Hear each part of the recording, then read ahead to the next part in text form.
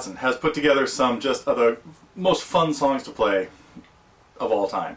This one is, of course, Deep River Blues from his very first album, 1964, and it's a song that really can go lots and lots of different ways if you just follow the simple chord progression. So what we're going to talk about in this lesson, or maybe not simple, but basic, you got to have some basic finger picking techniques. We'll talk a little bit about muting the bass notes, something Doc does a lot of. When I do that, I usually do it with a thumb pick to really get extra punch on that. I'll probably talk about that. But we're going to look at it. I've got it tabbed out.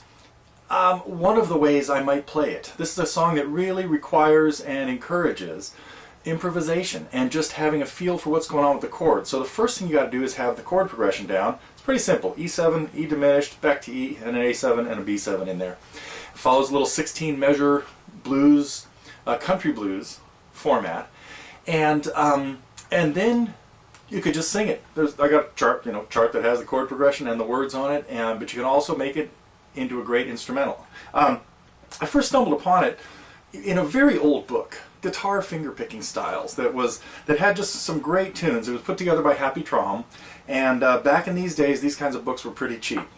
$3, $3.95, 1969. Included stuff like Fish and Blues,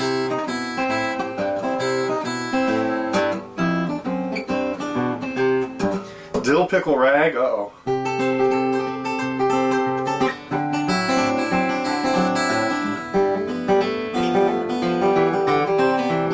Anyway, so there's some, Angie's in there.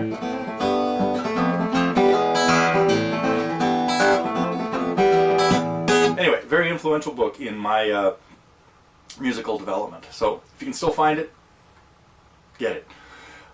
In any case, we're going to be looking at Deep River Blues, pretty much based on some of the things that were in that book, some of the things that Doc really did, some of the things that I think you should do in it, and mostly things that I think you should think about when you're trying to play a song like this.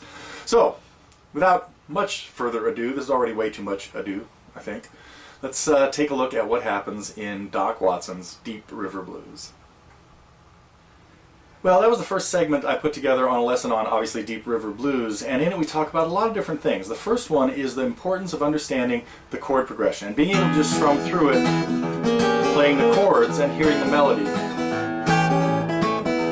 Then we get into the specifics of the picking, Doc's style of picking, where he only uses really one finger, a thumb and one finger. I recommend against that in most cases, but it's worth trying for certain things. Now, so we talk about it more with the three-finger approach. And the biggest thing is we get into improvising with it, talking about once you understand those chords and where else you could play them, you could come up with something like this.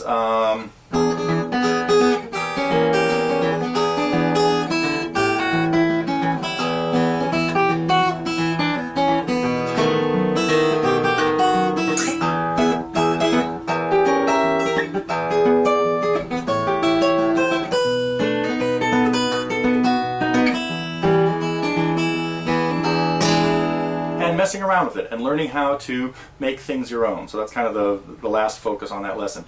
If you'd like to check it out, it's at TotallyGuitars now, along with hundreds and hundreds of other lessons, some cool finger picking ones, some, you probably know, lots of standard rock and roll songs, acoustic guitar songs, and things like that.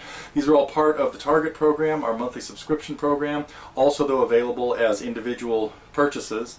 Even have a cool Target Lite program. Pick up 2 songs a month for pennies, I think. But we have a lot of free songs as well to get you started, so it would encourage you if you're a beginner. This is not particularly beginning material yet. I mean, Deep River Blues is not. But a lot of different stuff over there, so come visit us at TotallyGuitars when you can, particularly if you'd like to work on some finger picking things, which is the stuff I really love doing.